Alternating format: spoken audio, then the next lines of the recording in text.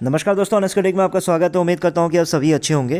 दोस्तों, इस वीडियो में दोबारा इंटरलिंक लैब से रिलेटेड बहुत ही इंपॉर्टेंट अपडेट को लेके मैं आया हूं, जहां पे हम डिस्कस करने जा रहे हैं इंटरलिंक लैब के लिस्टिंग को लेके, लॉन्चिंग को लेके जो अपडेट आया है। क्योंकि सबसे ज़्यादा क्वेश्चंस और सबसे ज़्यादा जो आपकी जो उम्मीद है इसी चीज़ पे टिकी है कि इंटरलिंक की जो लिस्टिंग है, लॉन्चिंग है, वो कब होगी। तो जैसे कि आप सबको पता है कि केवी अभी 10 दिनों का जो सीरीज़ चला रहा है, तो उस 10 दिनों के सीरीज़ में जो हमारे इंपॉर्टेंट क्वेश्चन है, जो इंपॉर्टेंट व्यूज़ हैं, उन्हीं को लेके उनका आंसर करते हैं। जो तीसरा दिन में उन्होंने जो क्वेश्चन लिया है वो क्वेश्चन है आपका लिस्टिंग को लेके, क्योंकि सबसे ज़्यादा क्वेश्चन उसी चीज़ को लेके पूछा जा रहा था। क्योंकि भैया जनवरी आ गया, दिसंबर की बात थी, क्या हो गया, अभी तक लिस्टिंग की नहीं हुई। तो उसका जो उन्होंने एक्सप्लेनेशन दिया है इस वीडियो में, मैं उसी चीज़ को आपसे डिस्कस करने जा रहा हूँ। तो चलिए वीडियो को क्विकली शुरू करते हैं। तो अभी तक का जो सिनेरियो क्या है, तो केवी का कहना है कि सबसे पहले बात करते हैं कि जो पुराने प्लान की। जैसा कि हमें सबको पता है कि जो वाइट पेपर का जो हिसाब है, उसके हिसाब से जो लिस्टिंग है Q4 में होनी थी 2025 की, यानी दिसंबर में, या फिर Q1 में 2026 के आसपास, यानी मार्च तक इसकी लिस्टिंग होने की बात थी। यही चल रहा है। तो लेकिन जनवरी आते ही सबके मन में यही था कि अभी तक लिस्टिंग क्यों नहीं हुई, हम लिस्ट क्यों नहीं कर रहे हैं। तो केवी ने कहा है कि बहुत ही क्लियर तरीके से उन्होंने बताया कि टेक्निकली लिस्टिंग करना कोई मुश्किल नहीं है आज के दिन में भी।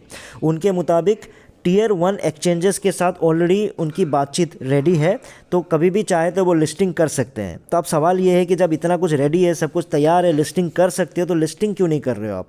तो इसके जवाब में उन्होंने क्या कहा, उसको लेके हम डिस्कस कर लेते हैं। तो उन्होंने इस डिले का, अभी जो डिले चल रहा है उसके रीज़न, उसका जो मेन रीज़न बताया है वो ये है कि शुरू में जो प्लान था इंटरलिंक के टोकन को लिस्ट करने के लिए, वो दूसरों के ब्लॉकचेन पे, इथेरियम और सोलोना और इस तरह के ब्लॉकचेन में उनका प्लान था, किसी भी टियर 1 के ब्लॉकचेन को लेके, है ना। तो ये आसान रास्ता था और लिस्टिंग जल्दी भी हो जाती। फिर लेकिन केवी का कहना है कि प्रोजेक्ट का जो स्केल है इस तरह से, मतलब उम्मीद से ज़्यादा तेज़ी के साथ बढ़ गया है, और पहले से जिस हिसाब से उन्होंने सोचा था उससे भी मतलब बड़ा बनते जा रहा है। इसलिए उन्होंने सोचा कि जब इतना ही बड़ा हो रहा है, इतना ही सिस्टम सही चल रहा है, तो क्यों नहीं इसको हम अपने ही चेन पे इसको ला दें, ताकि और सही तरीके से इसको लॉन्च किया जा सके और तगड़े तरीके से इसको हम मार्केट में लाया जा सके। इसलिए उन्होंने डिसाइड किया कि हम अपना जो लेयर 1 का जो ब्लॉकचेन है वो बनाएंगे। तो इसका ये मतलब हो गया कि इसके वजह से क्या होता है कि जब अपना ब्लॉकचेन, अपना जो लेयर 1 का ब्लॉकचेन बना रहे हैं, तो इसमें थोड़ा सा आपका इंफ्रास्ट्रक्चर का, ऑब्वियस सी बात है कि इंफ्रास्ट्रक्चर खड़ा करना, क्योंकि ये मतलब इसमें ऑब्वियस सी बात है कि पहले से ज़्यादा टाइम आपका लगेगा। तो इसलिए उनका कहना है कि देखो, बहुत लोग यही सोचते हैं कि ठीक है, काम चल रहा है, पर अभी लिस्ट क्यों नहीं कर देते। तो केवी ने एक्सप्लेन किया कि अगर वो अभी लिस्ट करते हैं तो मतलब प्रॉब्लम इस मामले में हो जाएगी कि अभी जो सिस्टम चल रहा है वो आपका प्राइवेट मेननेट पे चल रहा है, और हमें लाना क्या है, अपना खुद का ब्लॉकचेन लाना है। तो जब प्राइवेट मेननेट में चल रहा है, अगर हम लिस्टिंग कर दें तो जो वेरिफिकेशन का जो काम है वो रुक जाएगा, उसको रोकना पड़ेगा। जो हमारा वेरीफाइड ITLG है उसको भी लाना है, राइट। तो वेरीफाइड ITLG का काम अभी वर्जन किस में शुरू होगा, वर्जन 5.0 में शुरू होगा। तो इसका नतीजा ये होगा कि जो आम कम्युनिटी है, हम लोगों का जो हम लोग जो क्या होगा, मान लो जब लिस्टिंग होगी तो वहाँ पे जो ITL है, वहाँ पे वो वेरीफाइड तरीके से जो प्रॉपर है वही आएगा। तो आम कम्युनिटी, हम लोग जो है, हम उसका इंतज़ार करते रह जाएंगे। जब इंतज़ार करते रह जाएंगे तो बड़े बड़े इन्वेस्टर्स जो होंगे वो मार्केट पे ऑलरेडी ट्रेडिंग शुरू कर देगा, ठीक है। तो ये फेयर नहीं होगा, ये गलत हो जाएगा।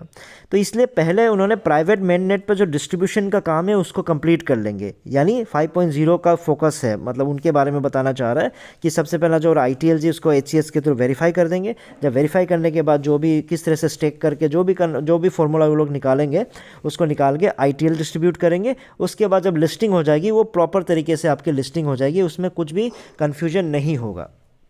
यानी इसको अगर हम मतलब कंक्लूजन निकालने की कोशिश करें, तो इसका अगर निचोड़ निकालेंगे तो निचोड़ सिंपल सा है कि उन्होंने जो एग्जांपल दिया था वो ये बताने की कोशिश कर रहे थे कि पेड़ को थोड़ा सा हम लोग मजबूत करने की कोशिश करते हैं, कि जल्दी जल्दी अगर हम मतलब पेड़ रेडी है, लेकिन उसके बावजूद भी हम उसको ज़बरदस्ती उससे अगर फल निकालने की कोशिश करेंगे तो हो सकता है कि वो सही तरीके से उसका जो फल है वो हमें सही से ना मिले।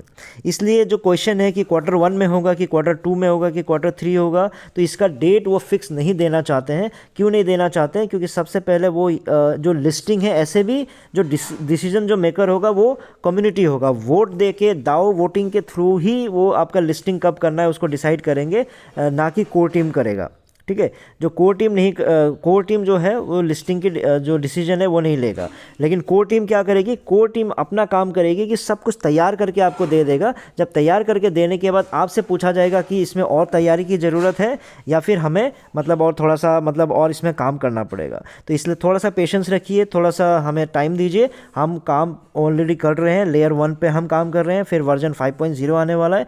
तो जैसे ही ये चीज़ें पूरी हो जाती है हम लॉन्चिंग के लिए, लिस्टिंग के लिए तैयार हो जाएंगे। तो ये चीज़ उनका कहना है। तो अगर इसको समराइज़ करें तो इसका मतलब है कि पहले से हो सकता है कि इसमें ज़्यादा टाइम लगने वाले हैं।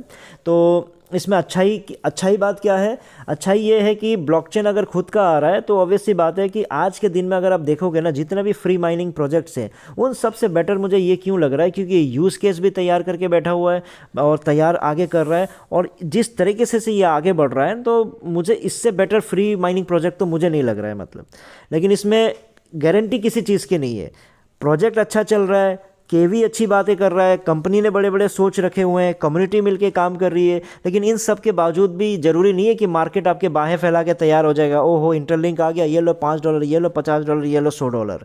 हमें जो कंपनी को साबित करना पड़ेगा और पूरी तरीके से मजबूत तरीके से आना पड़ेगा, तब जाके मार्केट में ये आपका मतलब वैल्यू लेके आ सकता है। क्योंकि फ्री माइनिंग प्रोजेक्ट है ना, मार्केट में सेचुरेशन पीरियड पे आ चुका है। जहाँ देखो फ्री माइनिंग शुरू हो गया, एड्स दिखा रहे हैं माइनिंग कर रहे हैं, एड्स दिखा रहे हैं माइनिंग कर रहे हैं, टोकन लिस्ट करवाने की कोशिश कर रहे हैं। ऐसे नहीं होगा, अब मार्केट ये सब देख चुकी है। पाई ने सबसे पहले काम किया और पाई ने बहुत अच्छे तरीके से ये काम किया। पाई की प्रॉब्लम हो गई थी थोड़ा बहुत यूज़ केस को लेके, अब सब कुछ तैयार नहीं था, ठीक है, अभी फिर से वो लगे हुए हैं, तो वो कहीं नहीं जा रहा है, वो भी अच्छा रिजल्ट देना चाहिए। लेकिन उन्हीं गलतियों से सीख के इंटरलिंक ने क्या किया है कि भैया यूज़ केस को तैयारी किया और सही तरीके से उसको लेके आ रहा है ताकि लॉन्चिंग के बाद गड़बड़ ना हो जाए, ठीक है।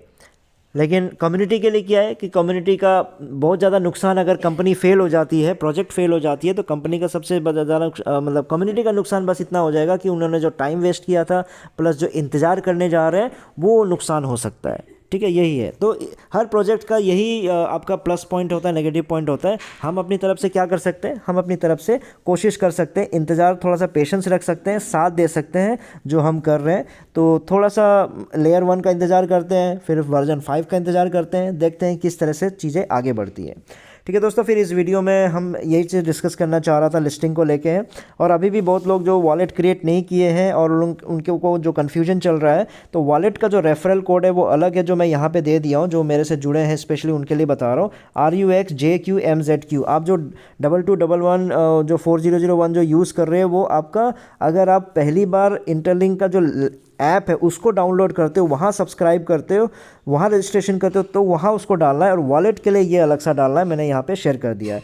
जो यहाँ अभी भी इस प्रोजेक्ट से नहीं जुड़ना चाहते हैं, मैंने पूरा डिटेल्स इस वीडियो में शेयर कर दिया, डिस्क्रिप्शन में शेयर कर दिया है। वहाँ पे जाइए, व्हाट्सअप नंबर मिल जाएगा आपको, टेलीग्राम ग्रुप मिल जाएगा, वीडियोज़ मिल जाएंगे कि किस तरह से आपको स्टेप वाइज किस तरह से इसका रजिस्ट्रेशन करना है, तो सारा डिटेल आपको मिल जाएगा। और जो लोग जुड़ चुके हैं तो प्लीज़ एक्टिव रहिए, अगर एक्टिव नहीं रहते हैं तो आपका बर्न हो जाता है। अपने टीम को भी आपको एक्टिव रखिए, और बर्निंग के बाद दोबारा उसको रीगेन कर सकते हो, लेकिन बर्निंग के बाद अपने ही टोकन को दोबारा रीगेन करने के लिए आपको दोबारा मेहनत करना पड़ेगा। तो बेटर है कि आप एक्टिव रहिए और प्रॉपर तरीके से माइनिंग करते रहिए। इस वीडियो में इतना ही था, फिर नए वीडियो में नए टॉपिक के साथ आऊँगा, तब तक के लिए टेक केयर, बाय बाय।